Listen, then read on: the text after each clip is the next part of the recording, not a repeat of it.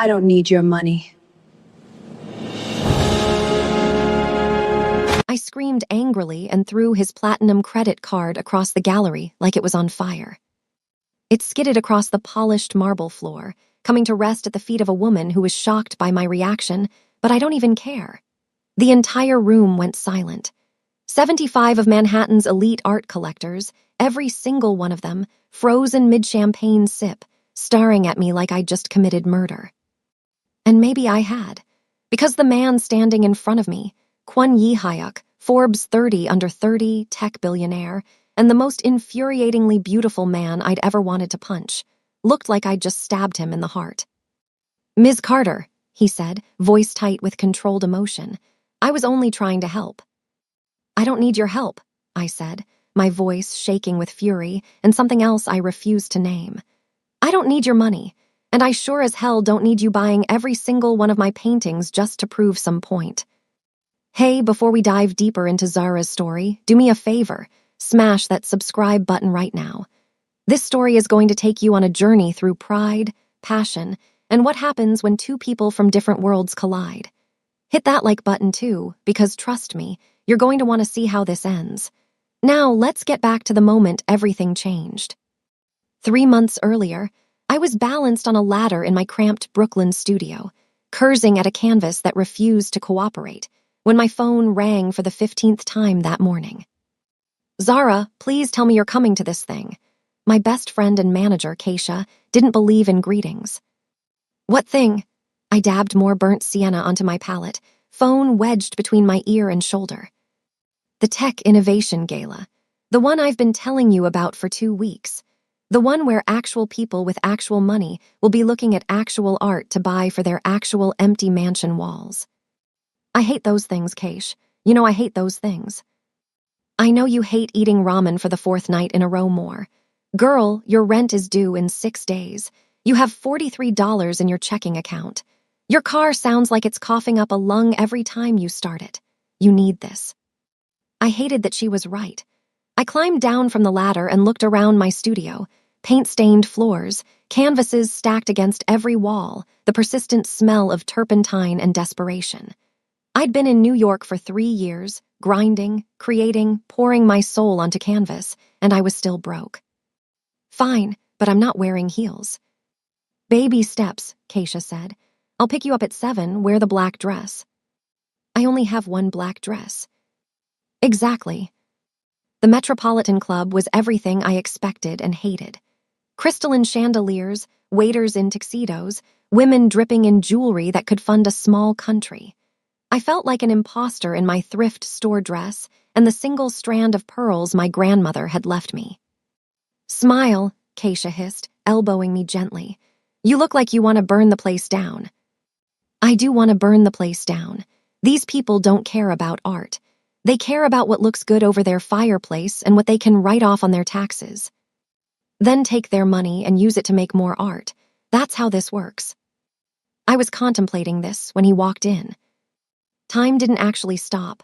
I know that logically, but something in the universe shifted. He moved through the crowd like water, effortless and fluid, and every head turned.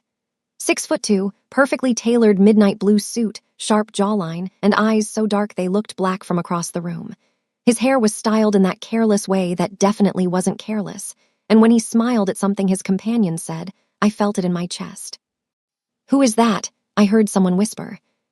"Kwon Yi-hyuk. Made his first billion at 26 with that AI platform. He's here scoping out the art scene.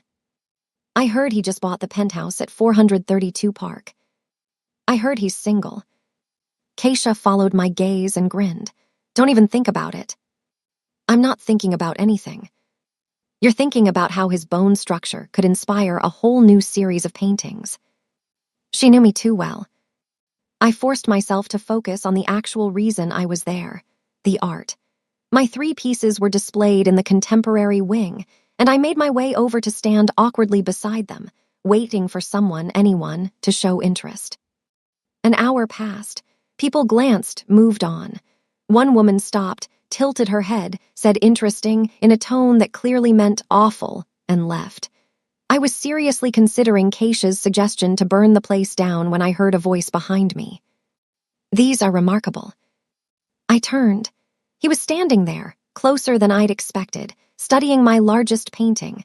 An explosion of reds and golds and deep browns, my interpretation of the Great Migration, of my great-grandmother's journey from Georgia to Chicago, of movement and hope and loss all tangled together. "Thank you," I managed, trying to ignore the fact that his cologne smelled like cedar, and something expensive I couldn't identify. "The technique is unusual. You're layering acrylics with what, oil pastels?" I blinked. Most people at these events couldn't tell acrylic from oil if their life depended on it. And charcoal in some places, for texture. He leaned closer, careful not to touch the canvas, and I noticed his hands. Long fingers, no rings, a simple watch that probably cost more than my entire existence. "The movement," he said softly. "You can feel it, like the subjects are still traveling, still searching. It's..." He paused, searching for words. "It's like visual music." Something in my chest cracked open. That was exactly what I'd been trying to achieve. "Yi Hyuk," a woman in a red dress appeared, looping her arm through his. "There you are. The mayor wants to meet you." "One moment," he said, not taking his eyes off the painting. "How much?" The question snapped me back to reality. Right. This was a transaction. That's all it ever was. 15,000, I said, the price Keisha and I had agonized over. High enough to be taken seriously, low enough that someone might actually pay it. He didn't even flinch. "I'll take all three." My brain short-circuited. "I'm sorry, what?" "All three pieces. Do you have more?" Yes, I have more, but..." "I'd like to see them. Tomorrow, if possible.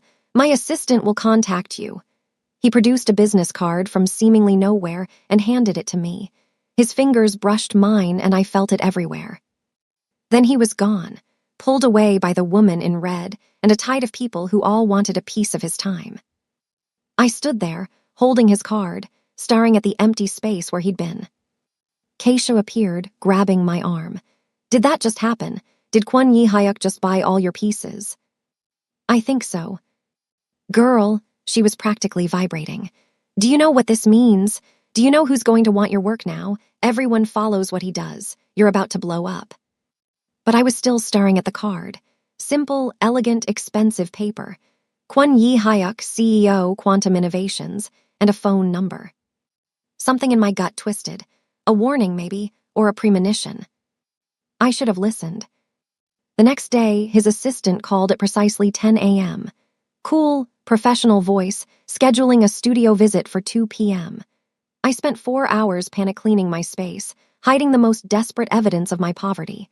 The space heater I used because the building's heat was broken, the stack of past-due bills, the half-empty jar of peanut butter that had been both breakfast and dinner. He arrived exactly on time, but alone. No assistant, no entourage, just him in dark jeans and a simple black sweater that probably cost more than my monthly rent. "Ms. Carter," he said, extending his hand. "Zara, please. Ms. Carter makes me feel like I'm in trouble." His smile was quick, genuine. "Zara, then, and I'm Yi Hyuk. Despite what the business card says, I promise I'm house-trained." I laughed, surprised, and let him in. He moved through my studio like he belonged there, stopping at each canvas, spending real time with each piece. Not the quick glance of someone checking off a social obligation, but genuine attention. He asked questions about technique, about inspiration, about the stories behind the images. This one, he stopped at a painting I'd done during a particularly dark period, all blues and grays and violent purples. "This is pain." "Yeah," I said quietly. "That was a hard month." "What happened?" "Does it matter?" He turned to look at me. "It matters to me." And the terrifying thing was, I believed him. "My mom got sick," I heard myself say. "Cancer. I was trying to make art and work 3 jobs and help with her medical bills, and I was drowning. That painting is what drowning felt like." "Is she?" "She's okay now, in remission, but that month..." I didn't know if she would be, and I felt so helpless. He nodded slowly, turned back to the painting. "I lost my mother when I was 19, he said. "Sudden, one day she was there, the next she wasn't. I threw myself into work because I didn't know what else to do with all the... He gestured vaguely at the canvas. All of that. We stood there in shared silence, two strangers connected by loss and paint. I'll take this one too, he said finally. And these 4, and this series here. That's 10 paintings total. Is that a problem? That's $150,000. I'm aware. I shook my head.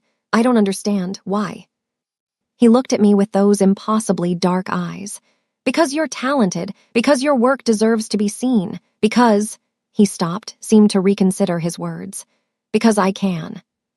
And there it was, the reminder of the vast distance between us. He could drop $150,000 like I'd drop $15. It was nothing to him. I was nothing to him, just another charity case, another tax write-off.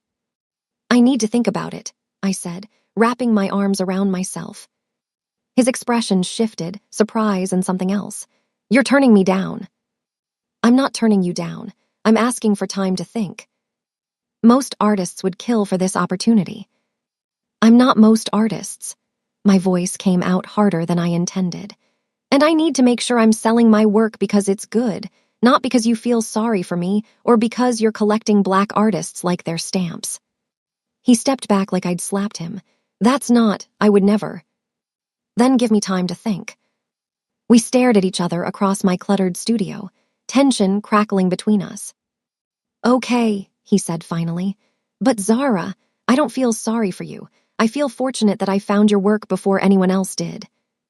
He left, and I spent the next hour packing, arguing with myself, calling Keisha who told me I was insane, calling my mom who told me to trust my gut, calling my gut which had no idea what the hell it wanted.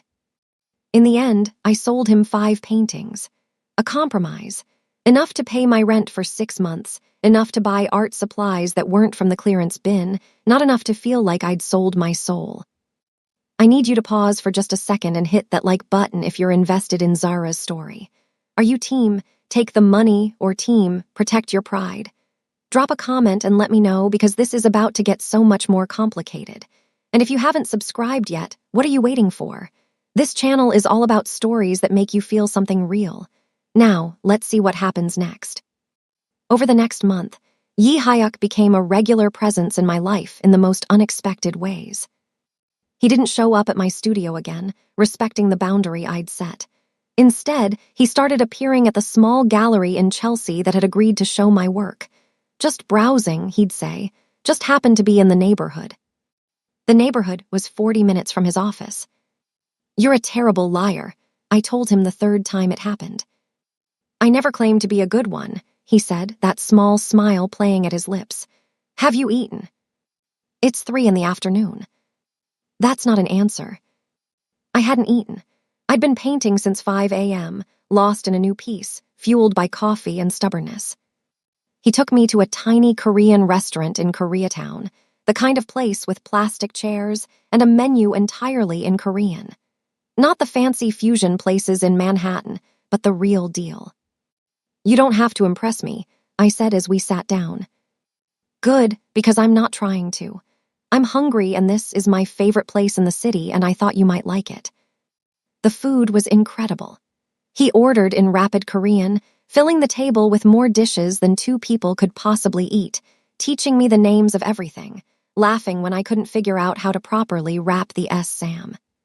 Here, he reached across, his hands gentle as he showed me.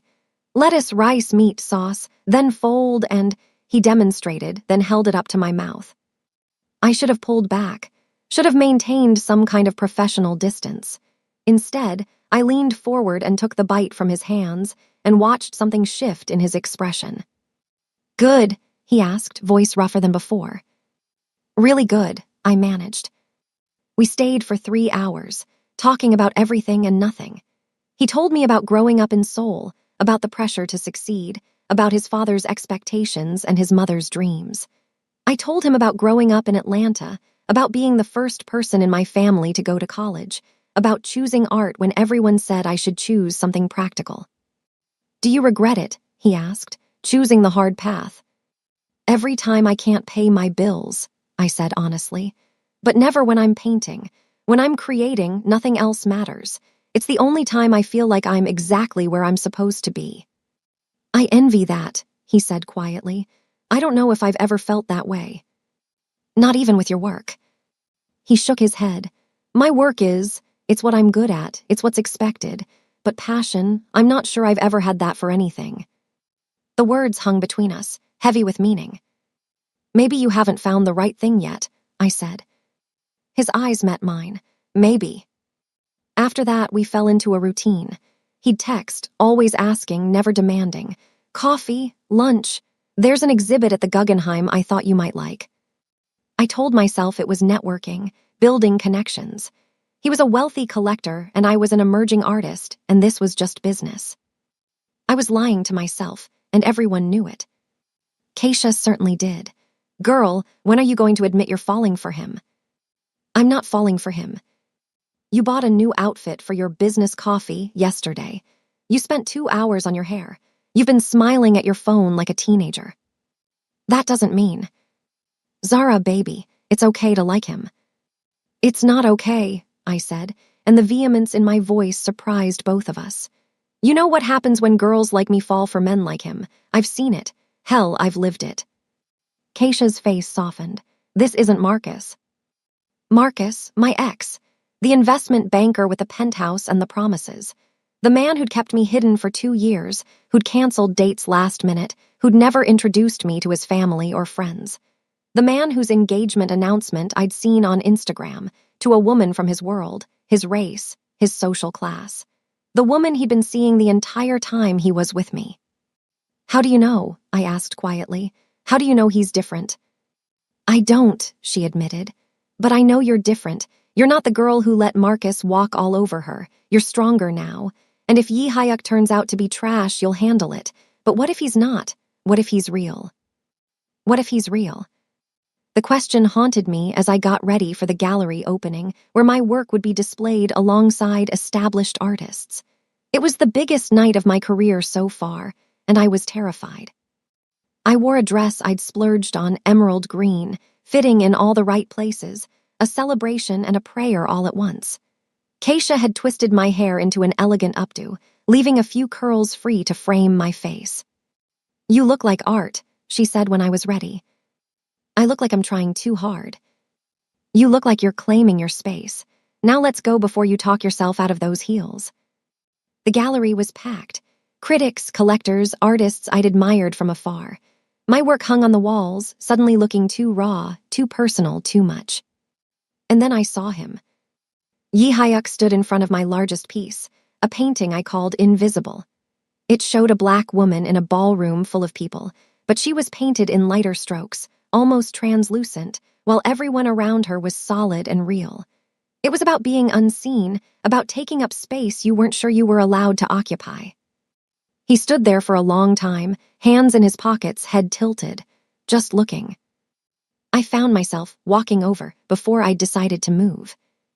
Hi, I said softly. He turned, and his expression when he saw me made my breath catch. Wonder. That was the only word for it. Zara, he said, you look. I know, I'm way overdressed. I was trying to. You look like you walked out of one of your paintings. You look stunning. Heat crept up my neck. You clean up pretty well yourself. He did. Charcoal suit, no tie, the top button of his shirt undone. Casual elegance that probably took his stylist hours to perfect.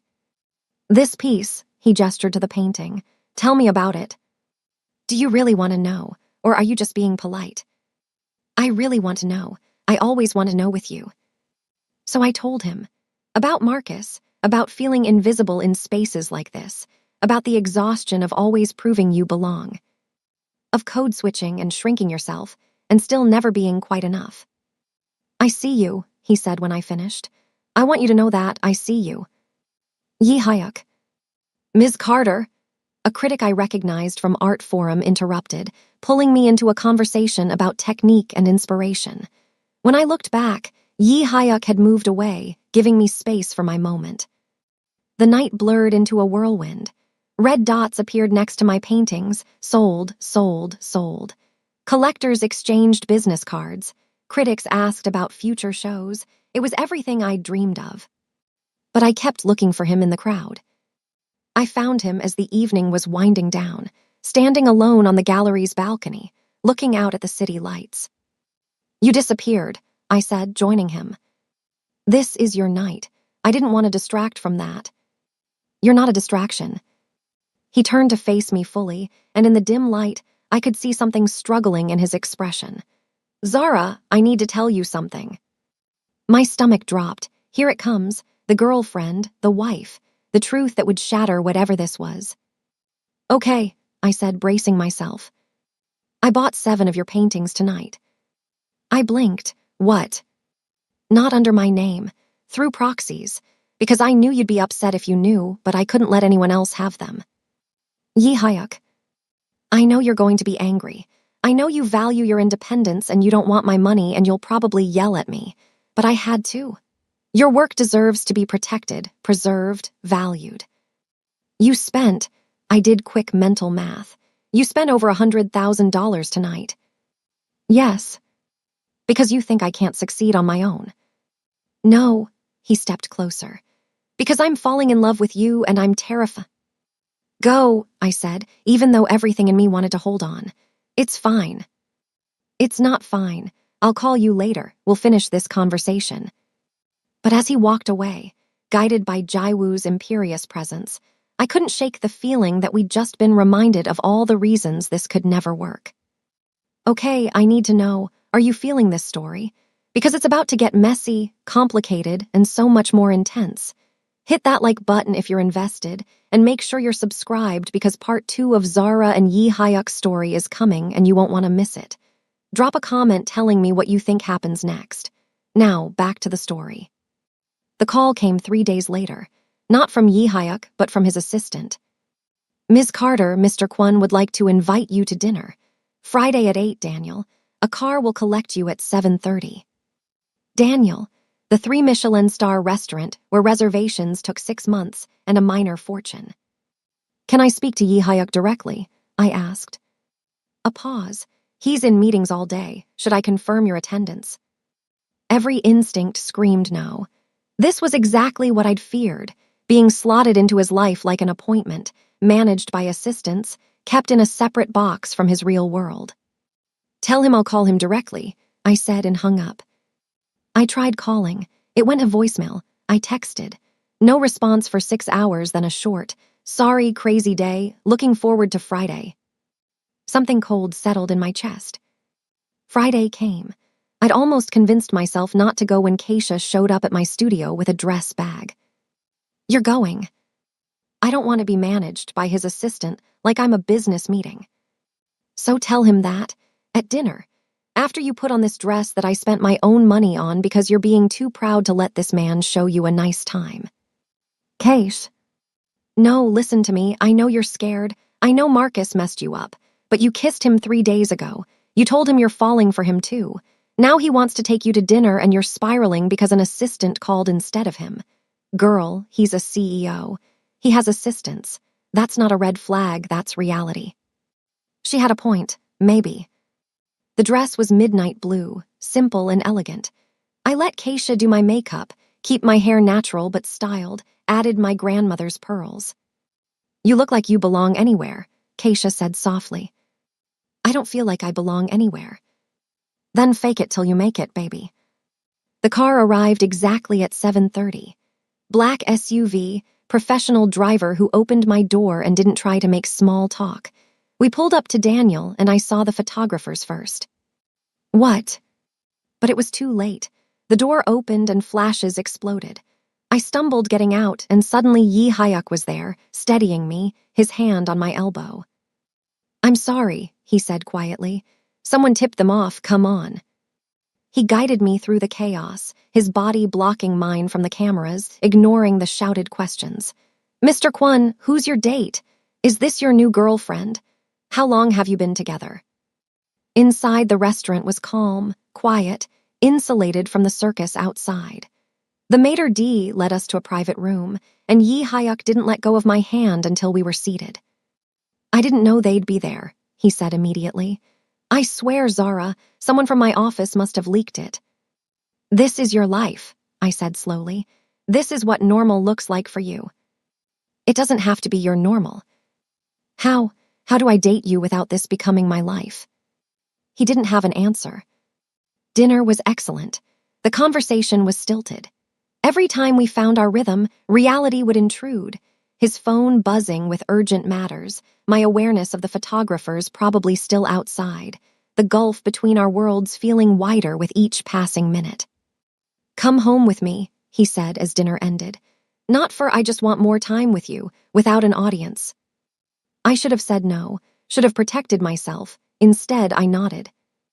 His penthouse was everything I expected and hated. 73rd floor, floor-to-ceiling windows, art on the walls that probably cost millions, furniture that looked like it had never been actually sat on. Your place looks like a showroom, I said. I know, I hate it. He loosened his tie, suddenly looking more human. A decorator did it. I've probably spent a total of 48 hours here in the last month. Where do you spend your time? The office, mostly. I walked to the windows, looking out at the glittering city. Must be lonely, all this space and no one to share it with. He came to stand beside me, close but not touching. It's been lonely for a long time, until recently. I turned to face him. Yi Hyuk, I need you to be honest with me, really honest. Okay.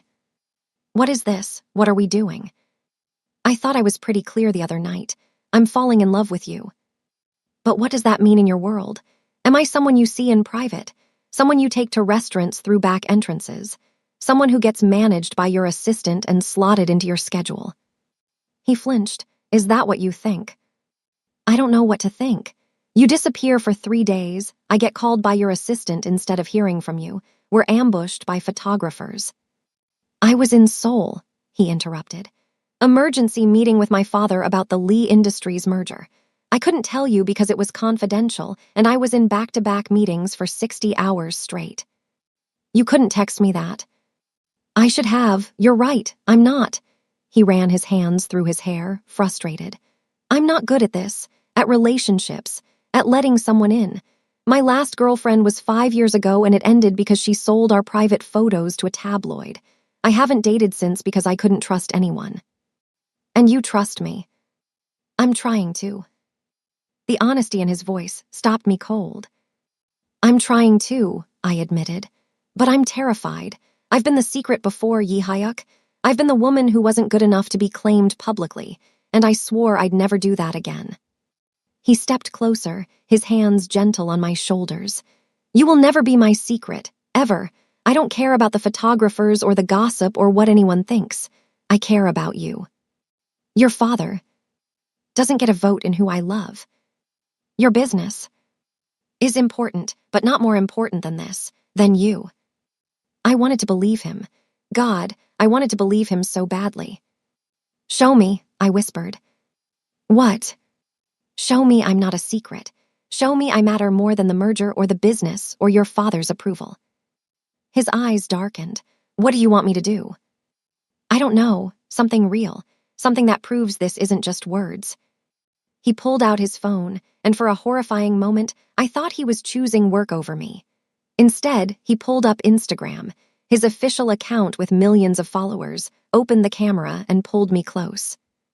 Smile, he said. What are you? The flash went off. He typed quickly, then showed me the screen.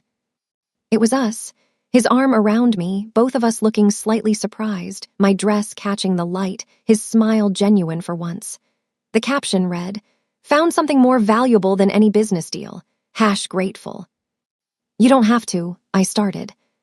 Too late, he hit post. We watched as the likes and comments started flooding in immediately. Hundreds, then thousands, then tens of thousands. Questions, speculation, some supportive comments, some definitely not. His phone started ringing. He silenced it. Your assistant is going to lose her mind, I said. Jaiwoo will survive. My father, on the other hand. His phone screen lit up with an incoming call from father. He declined it. Yi Hyuk. No, I meant what I said. You're not a secret. You're not an afterthought. He cupped my face in his hands. You're the first real thing I've had in years, and I'm not hiding that. I kissed him then, properly this time. No audience, no interruptions, just us. He tasted like wine and risk and everything I'd been afraid to want. We ended up on his pristine couch, my dress riding up, his jacket discarded, kissing like teenagers until we were both breathless. Stay, he murmured against my lips. Stay tonight. Yi Hyuk. Just to sleep. I don't want this night to end. I stayed. We talked until 3 a.m, lying in his enormous bed, my head on his chest, his fingers tracing lazy patterns on my arm. He told me about the pressure from his father, about expectations that felt like weights, about building a company that meant something instead of just making money.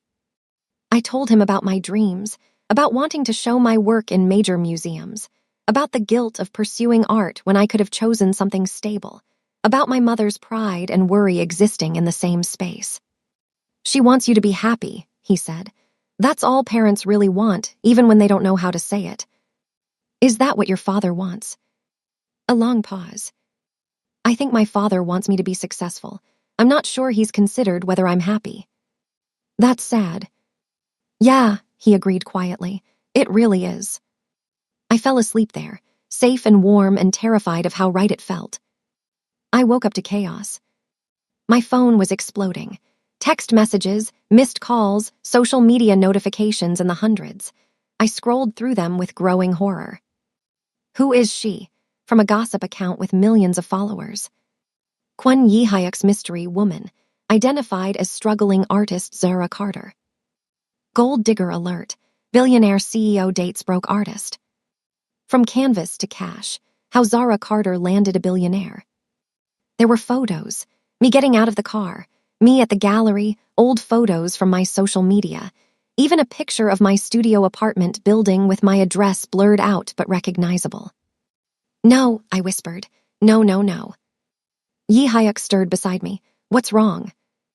I showed him my phone. His face went dark. I'll handle this. I'll release a statement, make them take it down. You can't make them take it down. It's out there now. Everyone knows who I am, where I live, what I do. Zara. I need to go. I stumbled out of bed, looking for my dress, my shoes, my dignity. Please don't run. I'm not running. I'm leaving. There's a difference. Is there? I turned to face him. You said I wouldn't be a secret. You posted that picture. Did you think about what would happen to me? Did you think about how I'd be labeled, judged, picked apart? I thought about showing the world that you matter to me. Well, congratulations. Now the world thinks I'm a gold digger who seduced a billionaire for his money. The people who matter won't think that. Everyone thinks that. My voice broke. This is what I was afraid of. This is why I said no to you in the first place. Because in your world, I'm not Zara Carter, artist. I'm Zara Carter, the broke black girl who landed a rich Korean billionaire. That's all I'll ever be. That's not true. Read the comments, Yi Hyuk. Read what they're saying about me, about us. He did, and I watched his expression shift from anger to something darker. I'll fix this, he said. You can't fix this. This is the price of being with you, and I don't know if I can pay it. I left before he could respond, calling an Uber from the lobby, ignoring the doorman's knowing look. The next week was hell. Reporters outside my building. My studio address leaked online. Someone dug up my college loans and published my debt. Think pieces about class, race, and relationships that used my life as a cautionary tale. My mother called, worried. My sister called, excited about my rich boyfriend. Keisha called with a dozen opportunities, interviews, sponsorships, gallery shows, all wanting me because I was dating Yi Hyuk, not because of my art. This is what you wanted, she said gently. Exposure, recognition. Not like this, not because I'm somebody's girlfriend. Then prove them wrong. Use the attention to show your work, make them see your talent. Yi Hyuk called 17 times the first day, 30 times the second. By the third day, his assistant was calling, asking to schedule a time to talk. I couldn't. Every time I thought about calling him back, I'd see another article about us, another comment about how I'd trapped him, another speculation about how long it would last before he upgraded to someone from his own world. On day 5, he showed up at my studio. You can't be here, I said, not opening the door all the way. Zara, please, we need to talk. There's nothing to talk about. There's everything to talk about. Let me in. No, every time you're near me, someone takes a picture. Every time we're together, it ends up online. I can't do this. So that's it, you're just going to give up. I'm protecting myself. You're hiding. The words stung because they were true. Maybe I am, I said, but at least when I'm hiding, I'm safe. At least when I'm alone, no one's calling me names or questioning my worth or treating my whole life like it's entertainment. I love you, he said desperately. Doesn't that count for something? It counts for everything. That's the problem. I closed the door and slid down against it, crying. While on the other side, I heard him do the same. 2 weeks later, my phone rang at midnight. Unknown number. Ms. Carter, a woman's voice, cold and precise. This is Lee Jae-woo, Mr. Kwon's chief of staff. I know who you are. Good. Then you'll understand when I tell you that you need to end this relationship with Mr. Kwon immediately. My blood ran cold. Excuse me. The Lee Industries merger is falling apart because Chairman Lee believes Mr. Kwon is too distracted. His father is threatening to force him out as CEO. His behavior has been erratic, he's missing meetings, his focus is compromised. All because of you. That's not my fault. Isn't it? You came into his life, disrupted everything, and now refuse to even speak to him. He's miserable, Ms. Carter. He's destroying everything he's built because he thinks he loves you. He does love me. Love is a luxury people like Mr. Kwon can't afford. He has responsibilities, obligations, a legacy to uphold. You're a distraction from all of that. I'm not. You are, and deep down you know it. You know you don't belong in his world. You know this will end badly. So do the kind thing, Ms. Carter. Let him go. Let him focus on what really matters. And what really matters? Money, business deals, making his father proud. Yes, Jae-woo said simply. That's what matters in our world. Not feelings, not romance, not, she paused, not people who will never understand the weight of the choices he has to make. She hung up. I sat there in the dark, her words echoing. And the worst part was, a piece of me agreed with her. The gallery opening that showcased the disaster was 3 weeks after that phone call. It was supposed to be my triumph, a group show featuring emerging artists, with my work prominently displayed. I'd thrown myself into painting, using my pain and confusion as fuel, creating pieces that were raw and honest and hurt to look at. Yi Hyuk came. Of course he came. I saw him across the gallery, surrounded by the same people who'd been whispering about us for weeks. He looked thinner, tired, like he hadn't been sleeping. His suit hung differently on his frame. He was with Yoona Park, daughter of the Lee Industries chairman. She was elegant, poised, perfect in every way, exactly who someone like Yi Hyuk should be with. I told myself it was fine, told myself I'd pushed him away so this was what I wanted, told myself the pain in my chest was just anxiety about the show. I was lying to myself, and I knew it. They stopped in front of my largest painting, the one I'd titled Dissolution. It showed 2 figures reaching for each other across a void, their hands not quite touching, space and stars and emptiness between them. These are remarkable, I heard Yoona say. Yes, Yi Hyuk replied, his voice flat. They are. The artist is very talented. She's extraordinary. Something in his tone made me move closer, unable to stop myself. The movement, Yoona continued, studying the painting. It's like watching something beautiful fall apart. It is, Yi Hyuk said softly. It's exactly what that feels like. He turned and saw me then. Our eyes met across 10 feet that might as well have been miles. Zara, he said. Yi Hyuk, I forced my voice steady. Yoona, thank you both for coming. Your work is stunning, Yoona said warmly. She seemed genuine, kind even, which somehow made everything worse. I'd like to purchase several pieces for our corporate headquarters. That's generous of you. It's not generosity, it's good business. You're very talented. Yi Hyuk hadn't said a word, just stood there staring at me like I was the painting, something to be studied and understood. Can we talk? He asked quietly. I don't think that's a good idea. Zara. Congratulations on the merger, I interrupted. I heard it finally went through. His jaw tightened. Yes, it did. That's what matters, right? The business, the legacy. Is that what you think? A crowd was gathering, sensing drama. Yuna looked uncomfortable, caught between us. I think you got what you wanted, I said, each word costing me. And so did I. We're both better off. Are we? His voice rose. Because I haven't slept more than 3 hours a night in weeks. Because I close my eyes and see you. Because every success feels hollow without you to share it with. Yihayak, please. Because I'm standing here with the woman I'm supposed to want, the woman who makes sense on paper, the woman my father approves of. Yuna winced but didn't interrupt. And all I can think about is how wrong this feels. How wrong everything feels without you. You need to stop, I whispered.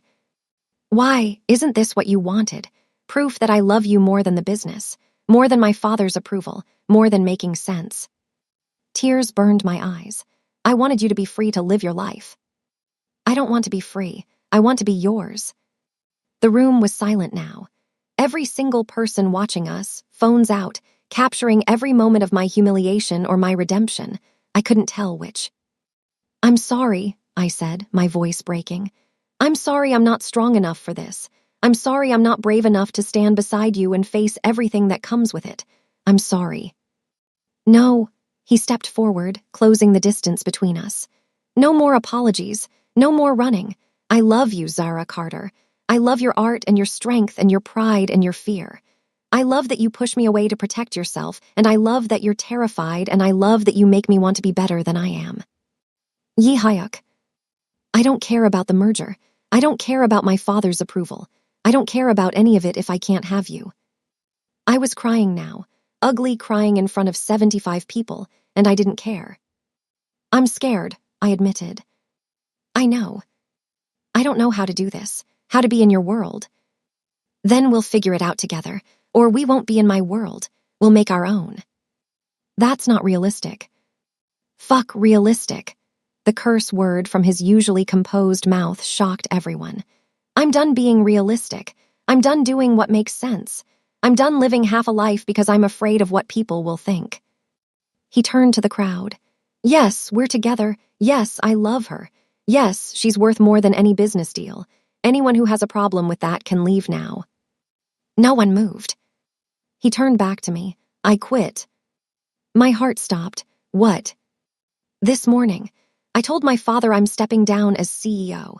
I'm keeping my shares, staying on the board, but I'm not running the company anymore. You can't, that's your whole life. No, he said firmly. My whole life was being who everyone else needed me to be. My whole life was obligations and expectations and duty. But the life I want, that includes you. That includes art and late-night conversations and eating cheap takeout and figuring out who I am when I'm not trying to live up to some impossible standard. Your father must be furious. My father is always furious. I'm done living for his approval. I stared at this man who'd just blown up his entire life for me. This impossible, beautiful man who was looking at me like I was the answer to every question he'd ever asked. That's the most romantic and most stupid thing anyone's ever done, I said through my tears. Is it working? I don't know. Ask me in 50 years. He smiled, that small smile that had captivated me from the first day. Is that a yes? It's a maybe. We can figure this out if you really mean it. I really mean it. And you won't regret it, giving up everything. I'm not giving up everything. I'm choosing something better. I looked at Yuna, who was watching us with something that looked like envy and sadness. I'm sorry, I told her. Don't be, she said softly. I hope someday someone loves me enough to be that foolish. But we learned. He learned to let me be independent, to support without smothering.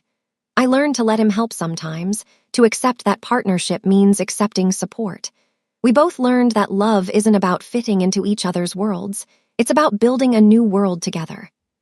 His father eventually came around, mostly because I told him exactly what I thought about his parenting at a family dinner, and apparently no one had ever called him out before. He respected directness. My mother loved him immediately. "Anyone who looks at you like that," she said, "is worth keeping." We got a place together, not his penthouse, not my studio, but something in between. Art on the walls, both his and mine. Space to create, space to grow, space to be us. I had my first solo show at a major gallery. Sold out opening night. None of the pieces bought by Yi Hyuk, though he wanted to. He started a foundation funding arts education for underprivileged kids. Spent more time on passion projects than board meetings. Smiled more, laughed more, lived more. "Do you regret it?" I asked him one night as we painted together, his attempts still terrible, my instruction patient. Stepping down. All of it, choosing this life instead of the one you were supposed to have. He set down his brush and pulled me close, getting paint on both of us. The life I was supposed to have was empty. This life is full. So no, I don't regret it. Do you? Regret letting me in? I thought about Marcus, about walls I'd built, about fear that had almost cost me everything. "Not even a little bit," I said. He kissed me, slow and sweet, and tasted like forever. Outside, the city glittered with possibility. Inside, we were home. And that was worth more than any business deal, any merger, any amount of money could ever be. Sometimes the best investments aren't in companies or art or anything you can put a price tag on. Sometimes the best investment is in another person, flaws and fears and all. Sometimes you have to risk everything to gain everything. And sometimes, when you're brave enough to choose love over logic, you get both.